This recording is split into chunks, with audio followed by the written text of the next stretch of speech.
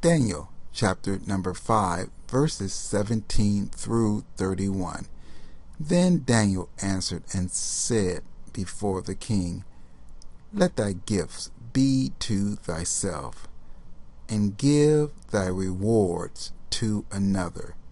Yet I will read the writing unto the king, and make known unto him the interpretation. O thou king, the Most High God gave Nebuchadnezzar thy father a kingdom and majesty and glory and honor, and for the majesty that he gave him, all people, nation, and languages trembled and feared before him. Whom he would, he slew, and whom he would, he kept alive, and whom he would, he set up, and whom he would, he put down. But when his heart was lifted up, and his mind hardened in pride, he was disposed from his kingly throne, and they took his glory from him, and he was driven from the sons of men, and his heart was made like the beast, and his dwelling was with the wild asses. They fed him with grass like oxen, and his body was wet with the dew of heaven, till he knew that the Most High God ruled in the kingdom of men, and that he appointed over it whomsoever he will. And thou, his son, O Belshazzar, hast not humbled thyself, though thou knowest all of this, but hast lifted up thyself against the Lord of heaven, and they have brought the vessels of his house before thee, and thou and thy lords and thy wives and thy concubine have drunken wine in them, and thou hast praised the gods of silver and gold and brass, iron, wood, and stone, which see not, nor hear, nor know. And the God in whose hand thy breath is, and whose are all thy ways, hast thou not glorified? Then was the part of the hand sent from him, and this is the writing. Then was the part of the hand sent from him, and this writing was written. And this is the writing that was written. Mene, Tekel, Upharsin.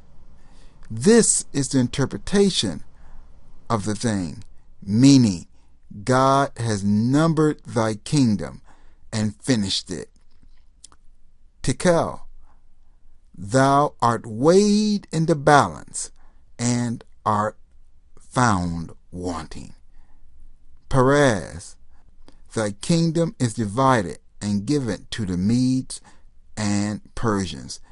Then commanded Belshazzar, and they clothed Daniel with scarlet, and put a chain of gold about his neck, and made a proclamation concerning him, that he should be the third ruler in the kingdom. In that night was Belshazzar, the king of the Chaldeans, slain, and Darius the Mede took the kingdom, being about 70 years old, or 70. This right now is the interpretation. First, Daniel let the king know that you can keep your gifts, but I'm going to tell you the interpretation of it. And then he went through and told the king about his lineage, about Nebuchadnezzar, and how God struck him with the illness for being prideful. You see, the scripture says, a pride comes before destruction, and a haughty spirit before a fall. Now, that just didn't say to regular people. That meant to anyone, whether you are ruler, president, king, or whether you just a regular, everyday person. And then, after he ignored this, but if it wasn't so bad that he ignored this, he went and almost spit in God's face, because he went and got the vessels out that came from the house of God and drunk in them.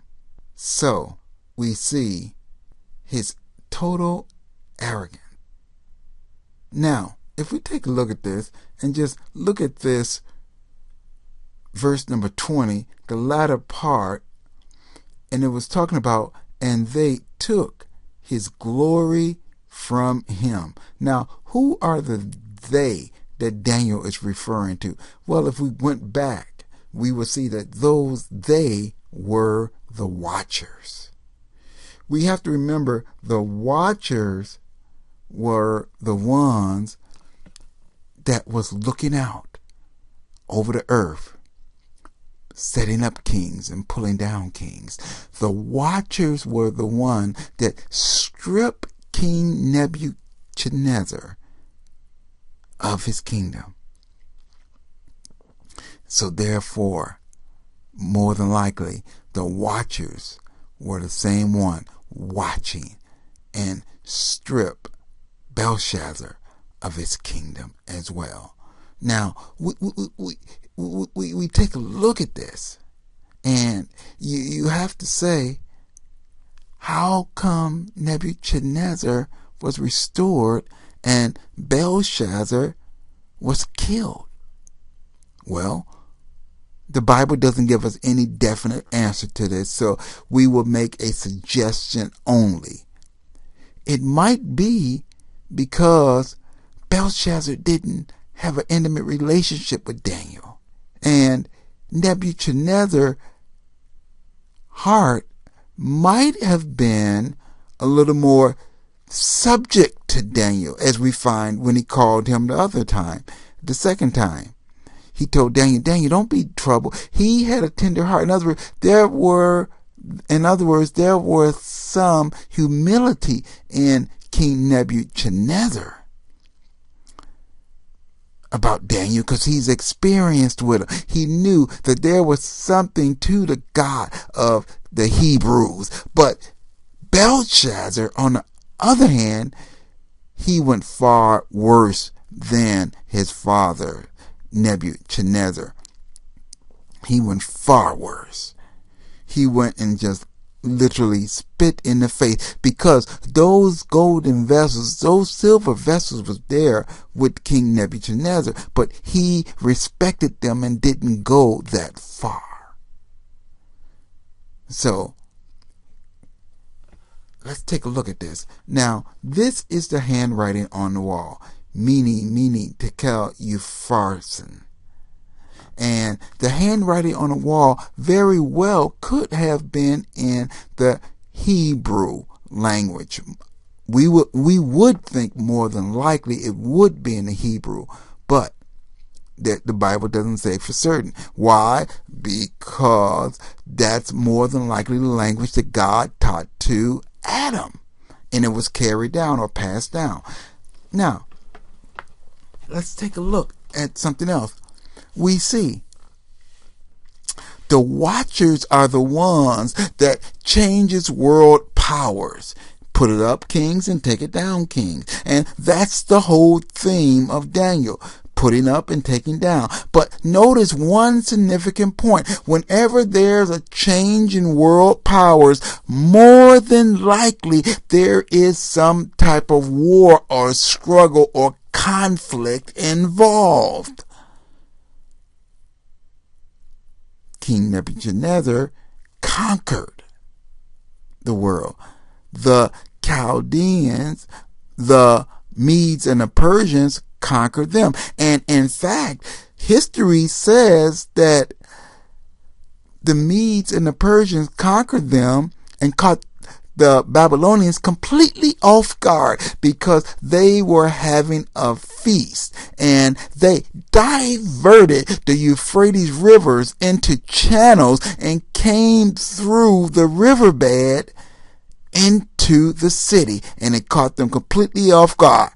Completely off guard. You know, when they was drinking and getting drunk all those days after days after days, they did not know that the God of heaven was about to execute judgment on their pride. So, we see the watchers are the ones that exchange Belshazzar for Darius and then Cyrus, the Persians and the Medes. The watchers are the ones that pull Nebuchadnezzar down when he's got prideful and set him back up. The watchers are the ones that's looking over the earth, that's changing world rulers as it pleases God. World conflicts often are what's used to change world events. Look at your wars. That typically is when nations are toppled and when nations rise.